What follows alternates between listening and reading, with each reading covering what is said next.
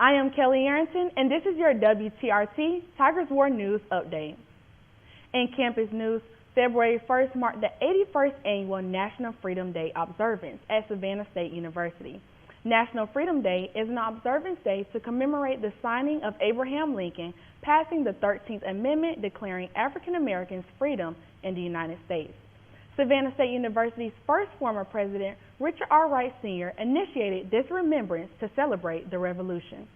The ceremony began with opening speeches from Dr. Carolyn Jordan, the great-granddaughter of Richard R. Wright Sr., followed by President Kimberly Ballard Washington, Savannah State University's president. The traditional wreath layering was held in front of Richard R. Wright Hall dormitory as the youngest heir in the Wright family places the wreath on the bust of Richard R. Wright Sr. Students, relatives, locals, faculty, and staff gathered to honor the history and legacy of Richard R. Wright Sr., which will forever remain. In national headlines, the Powerball jackpot is now up to about $700 million. That's after no one matched all 6 numbers in Wednesday night's drawing to win the jackpot. The cash option, which most winners choose, would be at least $375 million. The chances of winning this Powerball jackpot stand at about 1 in 292 million. Saturday's drawing will not be considered the 6th largest Powerball jackpot in the game's history. Autism diagnosis rates in children increased threefold in less than 2 decades. That's according to a new study published in the journal Pediatrics. Researchers from Rutgers University focused on diagnosis rates from 8-year-olds in the New York to New Jersey metro area. They found that between 2000 and 2016, the rate of autism diagnosis tripled. One reason for the higher rate of diagnosis may be that there is more awareness of autism within the general public. There are also better tools for diagnosing autism and more education about it. The U.S. military is getting expanded access to places in the Philippines as part of an effort to counter China's aggression towards Taiwan. In the deal, American forces get access to 4 more bases in the Philippines. This gives the USA greater strategic footing in the South China Sea, less than 200 miles from Taiwan. Subway sandwich shops are making a big change. They're adding automatic meat slicers to every restaurant. Instead of using pre-sliced meats at its locations, the slicing will soon be done in front of customers. Subway CEO John Chetsey says he believes customers will have a better appreciation of seeing fresh meat sliced in the store. He also says the new method will save Subway money, which they plan to reinvest in upcoming menu changes. Subway already revamped its menu last year to offer more customization last summer. The company says they will help to achieve a record-setting year for sales in 2022. We're looking at 6 more weeks of winter, at least according to Punxsutawney Phil. That's the groundhog's prediction after seeing his shadow this morning. Did you know there's a thing called Groundhog Day syndrome? It may not be an official medical diagnosis, but it's the term some use to describe the feeling that you're reliving the same day over and over again. In today's Health Minute, we have tips to help break out of your rut. If you only had one day to live, what would you do with it? Made popular by Hollywood, the idea of Groundhog Day syndrome is simple. It feels like each day is the same. You're reliving it over and over again. Although it's not a psychological diagnosis, it is a feeling that is familiar to many. Cleveland Clinic psychologist Susan Albert says when we do the same things over again, we can get bored. You may even feel trapped. We get used to our environment and we start tuning it out.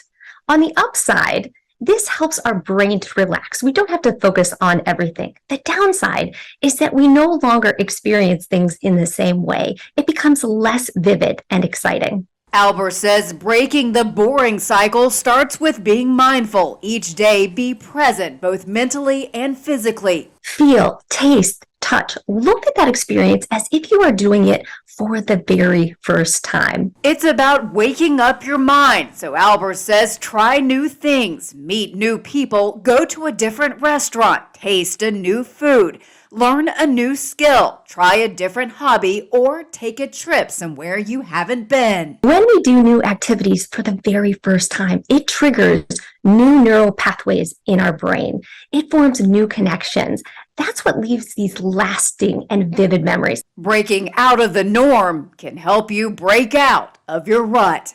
For Health Minute, I'm Mandy Gaither. Albert says, our brains love routine, so keep those routines, but add in new twists.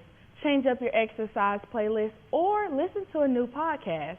She says, whatever you're into, just changing it up a little will go a long way. In entertainment news, the Fast, the Furious, and the Freaky Jeremy Roth has multiple surreal vehicle stories taking place on and off the roads. And today's Take a Look at This. We have loads of crazy vehicular mayhem today, starting with an intense rescue in the middle of the bustling Las Vegas Strip. It started when a BMW slammed into the median and began smoking. The driver was unconscious behind the wheel. Thankfully, a fast-acting bystander and a responding officer were able to pull the man from the car just as it burst into flames. The driver was sent to a hospital for treatment. The surreal Sin City scene is still being investigated. Traffic in Utah was brought to a standstill, not by an accident, but by a prancing pack of elk running wild across I-80. Utah DOT officials sent multiple traffic alerts and were able to successfully herd the herd to safety, but not before traffic was snarled by the wild scene. In Oklahoma, a wild weather-related scene unfolded when an 18-wheeler folded, jackknifing on a slick highway. Thankfully, the cable barrier did its job and no one was injured, but the driver was reportedly cited for traveling at an improper speed. In Australia, it was an accident of a different color, lots of colors, actually, when a cargo truck lost control and spilled more than 260 gallons of paint, turning a coastal area highway into a virtual Jackson Pollock painting. Officials say they were able to clean up the accidental art installation without any damage to the local environment. And finally, a bizarre and probably very expensive accident at a South Florida exotic car dealership left a Ferrari damaged and dangling in a malfunctioning elevator. It took hours and multiple massive winches to retrieve the supercar. I pity whoever is footing the bill for this bad boy. For Take a Look at This, I'm Jeremy Roth. And finally, let's take a quick look at the world of sports with Daryl Greene. Starting in the NBA, Wednesday night, we watched a matchup between the Phoenix Suns and the Atlanta Hawks. The Hawks dominated from the three-point line with 19 threes made, only to the Suns 4. The final score ended up being the Atlanta Hawks blowing out the Suns 132-100. In SSU Tiger football, Savannah State football inked up 18 new players on National Signing Day, with more to be announced as the official paperwork is completed. So far, the 2023 recruiting roster includes 6 Georgians, 6 Floridians, 3 from South Carolina, and 2 from North Carolina. The Carolinas and Florida are considered border states for Georgia schools, and so student athletes from those states receive in-state tuition.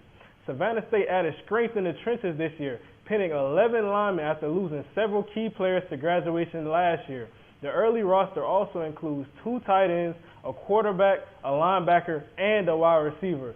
2 of the recruits came from Savannah. Jaleel Calhoun from Bethesda Academy signed with SSU on Wednesday. The tight end averaged 17.9 yards per reception with 4 touchdowns in his senior season. Out of Calvary Day School, Jalen Scott inked with the Tigers on Wednesday. The offensive guard was a leader for the Calvary up front, a team that went 22-4 over the last 2 years. Scott was offered by Division I programs such as Charleston Southern, but chose to stay home for his college career. Another big pickup for Savannah State was offensive tackle Dominique Kellens, who was being recruited by Mississippi Valley State and Bethune-Cookman. The Jonesboro, Georgia native chose Savannah on Wednesday. 2 players transferred from Savannah State from California schools. Defensive tackle Jamar Walker, originally from Columbia, South Carolina, comes to Savannah State from Los Angeles Valley Community College in Los Angeles, California.